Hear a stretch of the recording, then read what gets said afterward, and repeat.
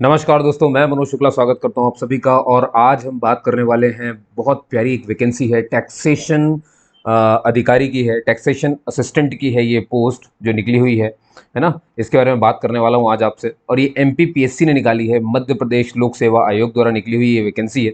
और सबसे खास बात आप इसके बारे में जानते हैं कि ये दोबारा ओपन की गई है। इससे पहले इसको 8 मई, मैं आपको थोड़ा सा बता दूं, पहले जानकारी दे दूं कि इसको जो है ना, ये एप्लीकेशन खोला गया था 8 मई से लेकर के 9 जून तक, है ना, 2023 के। ठीक है, लेकिन इसको दोबारा से ओपन किया गया और नई डेट रखी गई है 16 जून 2023 और इसकी एंड डेट है 22 जून 2023। ठीक है, ये ध्यान रखिएगा, ये दोबारा ओपन हुई है, ये एप्लीकेशन फॉर्म री ओपन हुई है। ठीक है, पहले इसकी ये डेट थी, ये प्रीवियस डेट थी, है ना, ये प्रीवियस डेट है। बहुत ध्यान से और अच्छे से, बिल्कुल भी कंफ्यूज होने की जरूरत नहीं है। इन्होंने क्या, इसे फॉर्म को दोबारा से ओपन कर दिया है, तो कोई समस्या नहीं है। अब नई जो डेट है वो ये है कि 16 जून। जैसे आज जब मैं ये वीडियो बना रहा हूँ तो आज है 17 जून, मतलब ये कल जो है, कल से ये एप्लीकेशन खुला हुआ है। आप एमपीपीएससी की साइट पे जा सकते हैं और ये इसका नाम ही है ना, टैक्सेशन असिस्टेंट वैकेंसी 2023। ठीक है भैया, इसमें टोटल इतना आप समझ गए मेरी बात। अब देखिए इसमें कितनी पोस्ट है, तो आपको यहाँ पे दिख रहा होगा 100 पोस्ट टोटल है। मिनिमम एज आपकी 21 साल होनी चाहिए और मैक्सिमम आपकी 40 साल की एज होनी चाहिए। किसी भी सूरत में जो छूट वगैरह मिलती है, जैसे छूट मिल जाती है, तो छूट तो सबको मिलती है, वैसे की वैसी छूट मिलेगी भाई, जैसा रहता है। आपको मालूम होगा कि एससी एसटी को 5 साल की छूट मिलती है ना। एससी और एसटी को जो है 5 साल की छूट मिलती है। ऐसे ही ओबीसी में जो नॉन क्रीमी लेयर आता है, भाई दो तरह के लेयर होते हैं इसमें, एक क्रीमी लेयर होता है, एक नॉन क्रीमी लेयर होता है। फर्क इतना होता है, जिन परिवार की सालाना आय 8 लाख रुपए से कम होती है उन्हें नॉन क्रीमी लेयर कहा जाता है। जिनकी सालाना आय, पूरी साल की जो इनकम है वो 8 लाख रुपए से ऊपर है, तो उन्हें क्रीमी लेयर में डाल देते हैं। और क्रीमी लेयर को आरक्षण नहीं मिलता, क्रीमी लेयर को डाल देते हैं जनरल कैटेगरी में। ठीक है, तो उनके लिए आरक्षण नहीं है। तो जो लोग 8 लाख रुपए से कम कमाते हैं, पूरे साल की जो इनकम है, पूरा परिवार मिल करके, तो उनके लिए 3 साल की छूट होती है यहाँ पर। ठीक है, और बाकी दिव्यांग जन को जो मिलता है भैया 10 साल, 15 साल, 13 साल, general category, OBC, SC ST, वो एक अलग कहानी पूरी की पूरी। ठीक है, टोटल 100 पोस्ट है। मैं आपको बता दूं, टैक्सेशन अभी मैं सब बताने वाला हूँ आपको कि क्या क्या कैसे रहेगा, है ना, फॉर्म वॉर्म भी कैसे भरना है, सब बातें बताऊंगा। तो मैं अभी आपको पहले डेट क्लियर करना चाहता हूँ भैया, 9 दिन सोच करके दिमाग मत खराब करना अपना, है ना, कि ये बीता हुआ इन्होंने दोबारा ओपन किया है। ठीक है, दोबारा ओपन किया है और ये 16 जून से अब आपको 22 जून तक ऐसे भर देना है। अच्छा, अब मान लीजिए कि आपसे कोई त्रुटि हो जाए, आप जब फॉर्म भर रहे थे तो आपसे कुछ गलती हो गई, तो जो गलती है उसको सुधारा जा सकता है। गलती कैसे सुधरेगी मैं आपको बताता हूँ। आपको करेक्शन डेट दी हुई है, ठीक है ना, क्या दिया हुआ है आपको, एक करेक्शन डेट दी हुई है, करेक्शन विंडो ओपन होगी और ये सिर्फ और सिर्फ ओपन होगी भैया 24 जून 2023। देखिए, पहली बात तो इसकी जरूरत नहीं पड़नी चाहिए। और जो करेक्शन का जो प्राइस लगेगा ना, जो आपका रेट लगेगा, वो 50 रुपए है। ठीक है ना, इसका ध्यान रखें और ध्यान सुनिए, आप सिर्फ यहीं पर करेक्शन कर सकते हैं, इसके बाद आप करेक्शन नहीं कर सकते, ये बात आपको ध्यान रखना है। पूरा फॉर्म ऑनलाइन भरना है। ठीक है, पेपर आपका जो है, आपने देखा ना ओएमआर वाली जो आपके पेपर होते थे पहले ना, ऑब्जेक्टिव क्वेश्चन आएंगे आपके पास और ओएमआर आएगी, तो ओएमआर में वो गोला करना रहेगा आपको। ठीक है, तो गोला करना, ये ध्यान रखना, मतलब पेपर आएगा, ऐसा नहीं कंप्यूटर बेस्ड टेस्ट नहीं है आपका, कंप्यूटर पे टेस्ट नहीं होगा, आपके सामने पेपर आएगा, ओएमआर की शीट होगी, आंसर शीट होगी, उसमें आपको भरना है, अपना सेट नंबर लिखना पड़ता है, उसको गोला करना पड़ता है। और याद रखिए, गोला को बाहर मत करना, उसके लिए आपको 2 black blue ball point pen, है ना, 2 ब्लैक बॉल पॉइंट पेन, ये लेकर के जाना, इसी काले से ही भरना भैया, और कुछ इस्तेमाल नहीं करना। ठीक है ना, ओएमआर वो काले वाली जो है ये मैग्नेटिक इंक है, प्रिंटर रहता है, वो पढ़ता है, उसे रीड करता है उसको। ठीक है, इसका थोड़ा सा ध्यान रखें आप सभी के सभी, जो मैंने आपको बताया। तो टैक्सेशन असिस्टेंट की वैकेंसी है। सिलेक्शन प्रोसीजर ऐसा है दोस्तों कि आपको ऑब्जेक्टिव मैंने बता दिया आपको, ये होगा ओएमआर होगा। ठीक है, ये बात आपको समझ में आ गई। अब आप जैसे ही इसको क्वालिफाई कर लेंगे, है ना, या दे लेंगे, तो अब आपको फिर इंटरव्यू के लिए बुलाया जाएगा। ठीक है, यहाँ पर मेंस वेंस नहीं, आप सोचे कि एमपीपीएससी तो मेंस होगा, ये होगा, नहीं। यहाँ पर मेंस वेंस नहीं है, सिर्फ ऑब्जेक्टिव पेपर एक होना है, ऑब्जेक्टिव पेपर आपका, है ना, वो भी 3 घंटे का कुछ पेपर होगा। और इंटरव्यू फिर इसके बाद अगर आप इसमें पास होते तो आपका इंटरव्यू होगा, इंटरव्यू और दोनों के हिसाब से फिर आपकी मेरिट लिस्ट बनेगी और अंत में सब कुछ हो जाएगा, ये आपको मालूम होगा। ठीक है, जब आप सिलेक्ट हो जाएंगे तब क्या, तब आपकी जो प्रोबेशन पीरियड है, प्रोबेशन मतलब होता है कि देख रहे हैं कि आप अच्छे से काम कर पा रहे हैं, प्रोबेशन मतलब है कि भाई देखा जा रहा है अभी, है ना, अभी आप कंफर्म नहीं हुए। तो प्रोबेशन पीरियड आपका 2 साल का रहेगा। 2 साल के मतलब एक तरह से समझो कि आप 2 साल में आप काम सीख रहे हो। ठीक है ना, उसके बाद आपको देखेंगे, अगर अच्छा रहा तो बढ़िया, विशेष में निकालता कोई नहीं है, ये वो नहीं है कोई, है ना।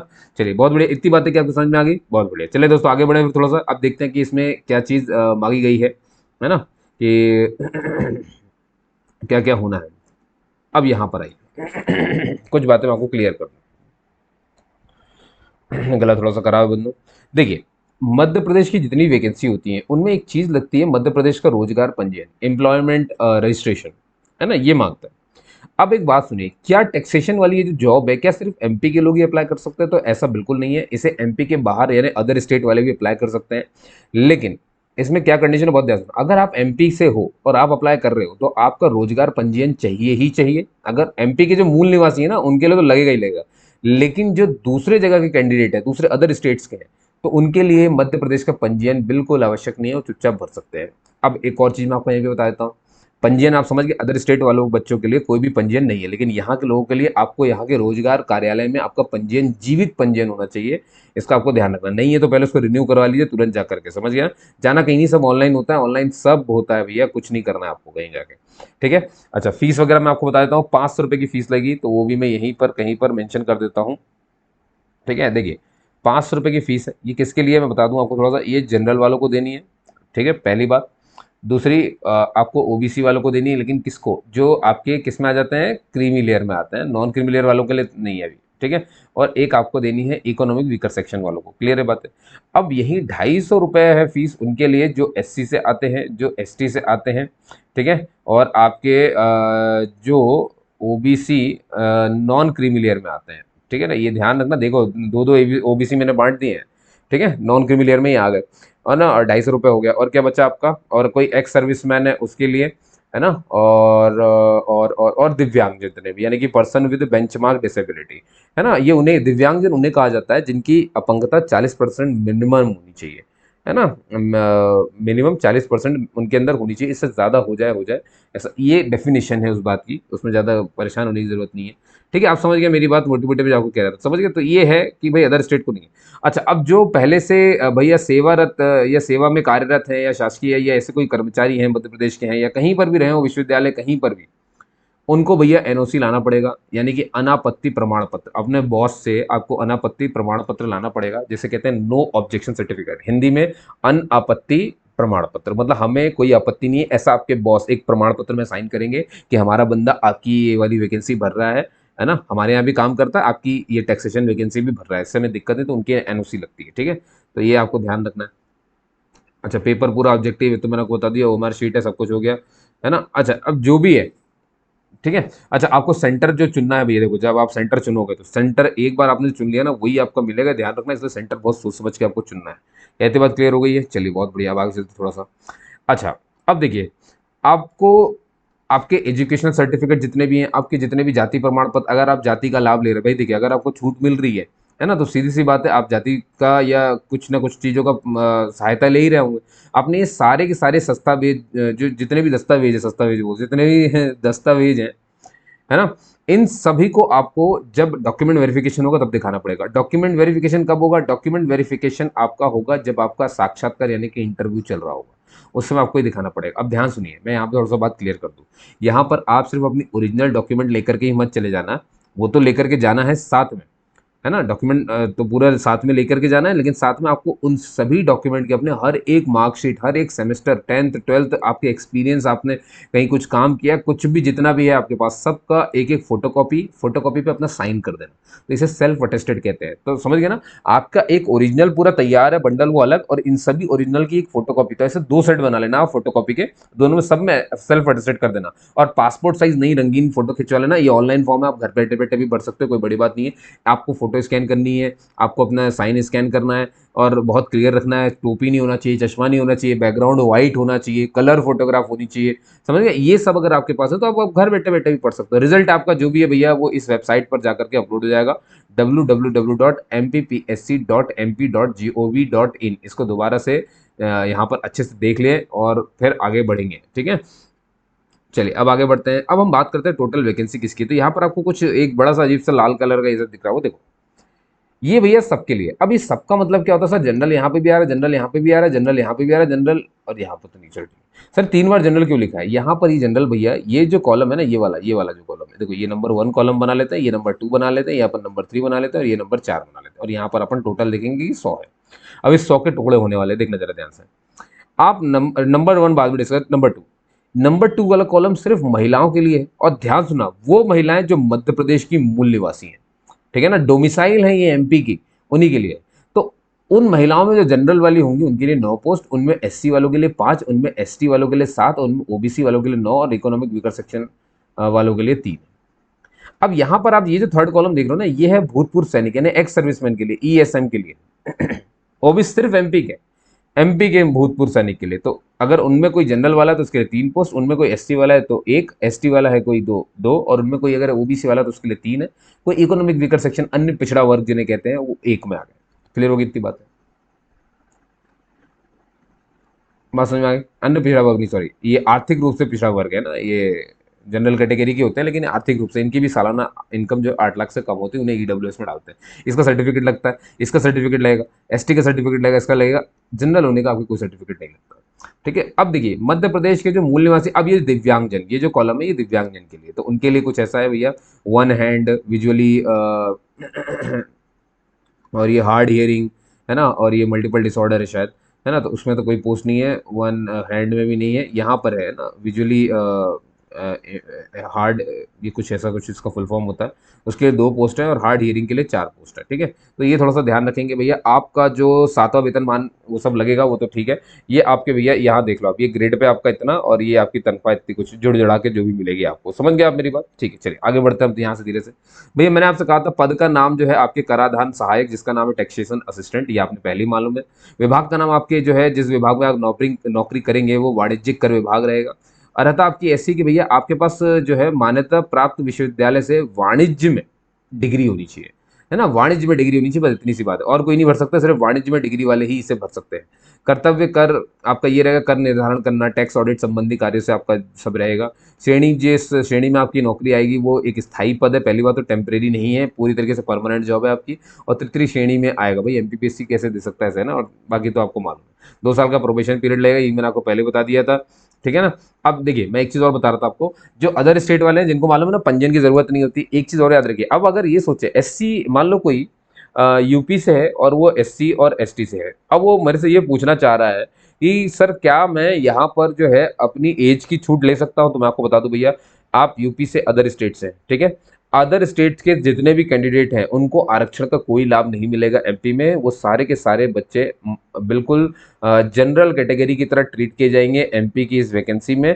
तो जो जनरल की लिस्ट होगी बस उसी में आपको फाइट करना है, आप यहाँ की एससी एसटी की लिस्ट में फाइट नहीं कर सकते, ये आपको ध्यान देना है। समझ गए? मैं फिर से रिपीट कर रहा हूँ, जो अदर स्टेट के एससी एसटी हैं, ओबीसी नॉन क्रीमिलियर में आते हैं, है ना, जितने भी हैं आप, है ना, ये ध्यान रखना, आप कभी भी एमपी के जो कैटेगरी है, जैसे कि यूपी का एससी वाला एमपी की एससी सीट से फाइट नहीं कर सकता, यूपी का एससी वाला एमपी की जनरल सीट से फाइट कर सकता है। मतलब कुल मिलाकर के आपको, आपके स्टेट में तो एससी एसटी मानते होंगे, लेकिन आपको यहाँ पर जनरल कैटेगरी की तरह ट्रीट किया जाएगा, आपको जनरल कैंडिडेट की तरह ट्रीट किया जाएगा। तो जो जनरल कैंडिडेट से फीस ली जाती है वही सेम फीस आपसे ली जाएगी। यानी कि अगर यहाँ पर जनरल की फीस 500 है, तो अदर स्टेट से आए हुए SC ST OBC non creamy layer जितने भी लोग हैं जो कैटेगरी में आते हैं, आरक्षण वर्ग में आते हैं, यहाँ पर वो जनरल की तरह ट्रीट होते हुए उन्हें भी 500 रुपये की फीस देनी पड़ेगी। क्लियर होगी इतनी बात? उन्हें एज की कोई छूट नहीं मिलेगी, जो यहाँ जनरल की है वही वहां पर अदर स्टेट के रिजर्व कैटेगरी की है। ठीक है ना, यहाँ पर क्या ये बात क्लियर हो गई आपको? चलिए बहुत बढ़िया। अच्छा भैया मैं आपको इतना समझा चुका हूँ, ओबीसी वगैरह अगर आप इन सब कैटेगरी का फायदा उठा रहे तो आपको बनी बात है कि इसका सर्टिफिकेट आपको शो करने पड़ेंगे। 21 साल से 40 साल मैंने आपको पहली उम्र बता दी थी। अच्छा कुछ बातें यहाँ पर लिखी हैं भैया, मैं आपको बता दूँ, कुछ लोग ऐसे भी होंगे जिनके बच्चे हैं, तो थोड़ा सा मैं क्लियर कर दूँ भाई। अगर आपके, है ना, अगर आपके 3 बच्चे हैं, बहुत ध्यान सुनना, मैं थोड़ा सा आसान कर देता हूँ। ये कौन सा नियम है? ये नियम है भैया, ये मध्य प्रदेश जो सिविल सेवाएं देख रहे हो ना आप, इसका एक सेवा में सामान्य शर्त है, इसमें एक नियम है 1961 के तहत कुछ नियम बनाए गए हैं। वो नियम ये है, अगर किसी के 3 बच्चे हैं उससे समस्या नहीं है। समस्या अब यहाँ आती है, इनमें से अगर एक भी बच्चा, बहुत ध्यान सुनना, आप समझ जाओगे मैं जो समझाना चाह रहा हूँ, एक भी बच्चा 26 जनवरी 2001 को या इसके बाद, ध्यान सुनना, या तो इसी डेट को पैदा हो गया, कोई भी एक, है ना, अगर 2 हो गए तो वैसी लंका डूबी थी। अगर बाई चांस, मतलब सोच रहा मिनिमम, अगर कोई भी एक भी अगर 26 जनवरी को हो गया, 2001 डेट दी, ध्यान देना, 2001 या उसके बाद हो गया है, तो भैया आप यहाँ पर पात्र नहीं है, ये ध्यान रखना। सर अगर क्या हो, मेरे 3 के 3 बच्चे जो है 26 जनवरी से पहले पैदा हो गए, तो भैया आप सब अलाउड है। 26 जनवरी वो डेट रखी गई, समझ गए ना, 26 जनवरी डेट, एक भी अगर इसमें आ गया ना इस डेट पे 2001 26 जनवरी और इसके बाद आ गया, मतलब आप अलाउड नहीं है। और अगर तीनों बच्चे आपके इधर हैं, अब आपके 4 ही बच्चे क्यों ना, आप अलाउड है। इसका ये मतलब देखिए ऐसा है कि नहीं है। अब इस शर्त के हिसाब से तो मैं यही कह सकता हूं कि इन्होंने कहा है कि 3 बच्चे और एक भी इसमें आ रहा है, तो ऐसा है मतलब 3 बच्चे अगर 26 जनवरी के पहले हैं तो दिक्कत नहीं है, आप फॉर्म भर सकते हो। अब एक दिक्कत आती है इसमें, मेरी बात बहुत ध्यान सुना कैसे आएगी। मान लो किसी के पास अभी एक ही बच्चा है ना, एक ही बच्चा है, लेकिन क्या हुआ कि 26 जनवरी 2001 को, है ना, वो पैदा हुआ। अब ध्यान से देखो, ये 3 बच्चों के लिए था। मान लो यहां पर 26 जनवरी 2001 को एक बच्चा और पैदा होता है, ठीक है, 2 बच्चे हो गए, ये भर सकते हैं। मतलब 2 बच्चे वालों की दिक्कत ही नहीं है, चाहे वो 2 बच्चे पहले रहे हो चाहे 2001 के बाद दोनों आपके पैदा हो गए, आप भर सकते हो। 2 बच्चे तो भाई सबके लिए है ना, बच्चे दो ही अच्छे वाला नियम ये फॉलो करते हैं। तो 2 बच्चे होने पर आपको 26 जनवरी डेट नहीं देखनी है ना, कि अब आप इसके भले ही आपके 26 जनवरी 2001 के बाद दोनों बच्चे पैदा, तब भी आप इसे भर सकते हो। लेकिन 3 बच्चों में दिक्कत थी। अब सर इसकी दूसरी कंडीशन देखो, मान लो उसका पहले एक ही बच्चा था, लेकिन 26 जनवरी 2001 को उसके पेट से जुड़वा बच्चे पैदा हो गए, तो टोटल कितने बच्चे हो गए? 3 हो गए। अब ये भर सकता है कि नहीं भर सकता? ये भर सकते हैं, ठीक है। जुड़वा भैया, क्योंकि क्या है, ये देखिए, ये तो अब पेरेंट्स के हाथ में नहीं होता ना, ये तो हो गया। देखिए होना तो भाई 26 जनवरी को हम तो ये मान के चलेंगे कि एक ही होना था, लेकिन अब वो तो बाई चांस जुड़वा बच्चे हो गए, तो इसमें सरकार आपका हक नहीं मारेगी, आप इसे भर सकते हैं। तो देख रहे हो यहाँ पे 3 बच्चे होने के बाद भी भर पाए। तो वो कैसे भर पाए मैंने आपको समझा दिया, इसको थोड़ा सा ध्यान रखना। ये नियम है ना 1961 का, ये मध्य प्रदेश सिविल सेवाओं के नियम है। नियम बड़े खतरनाक होते हैं, इनके बारे में कोई बात नहीं करता और इसीलिए बड़े लोग परेशान रहते हैं। इसलिए आप समझ गए होंगे कैसे क्या काम, जनसंख्या कम करना है ना भैया, वैसे ही भारत सबसे आगे हो चुका है। ठीक है, चलिए बहुत बढ़िया। और ओएमआर शीट के बारे में तो आपको जानकारी पता ही है। आयु सीमा में छीट बोल रहा हूँ, छूट वगैरह सब मालूम है आपको, ठीक है, मैंने बता दी। और ये भैया वेबसाइट है, देखो फोटोग्राफ वगैरह मैंने आपको सब समझा दिया ना, जाना है। ये 2 वेबसाइट है, इनमें किसी में भी जाकर के आप इसे भर सकते हैं। फोटोग्राफ, हस्ताक्षर अपना सब रखना है। सेल्फी आपकी नहीं होनी चाहिए, बैकग्राउंड आपका काला वाला नहीं होना चाहिए, सफेद होना चाहिए, मैंने बता दिया। फोटो जब खिंचवाओ टोपी उपी मत पहनना, चश्मे मत पहनना, टेढ़े आड़े मत बैठ जाना, बस इतनी सी बात है। समझ गए दोस्तों, है ना। और क्या, फीस तो मैंने आपको पूरी बताई दी है, जानकारी दे दी है भैया। जो भी रिजल्ट होगा वो आपकी ऑनलाइन उस पर जाकर के अपलोड हो जाएगा, तो वहाँ से आप उसे देख सकते हैं। और मेरे ख्याल से दोस्तों यहाँ पर ये वीडियो मुझे समाप्त करना चाहिए, क्योंकि सारी जानकारी मैंने आपको दे दी है। फिर भी कोई दिक्कत आपको रह जाए तो आप मुझसे पूछ सकते हैं, ठीक है ना। और यहीं पर मैं आपसे अलविदा लेता हूँ दोस्तों, तब तक के लिए जय हिंद, जय भारत, और बिल्कुल डटे रहिए, है ना। नौकरी की तलाश मुझे मालूम बड़ी खतरनाक होती है, एक बार लग गई तो लाइफ सेट हो जाती है, ये बात भी जरूरी है।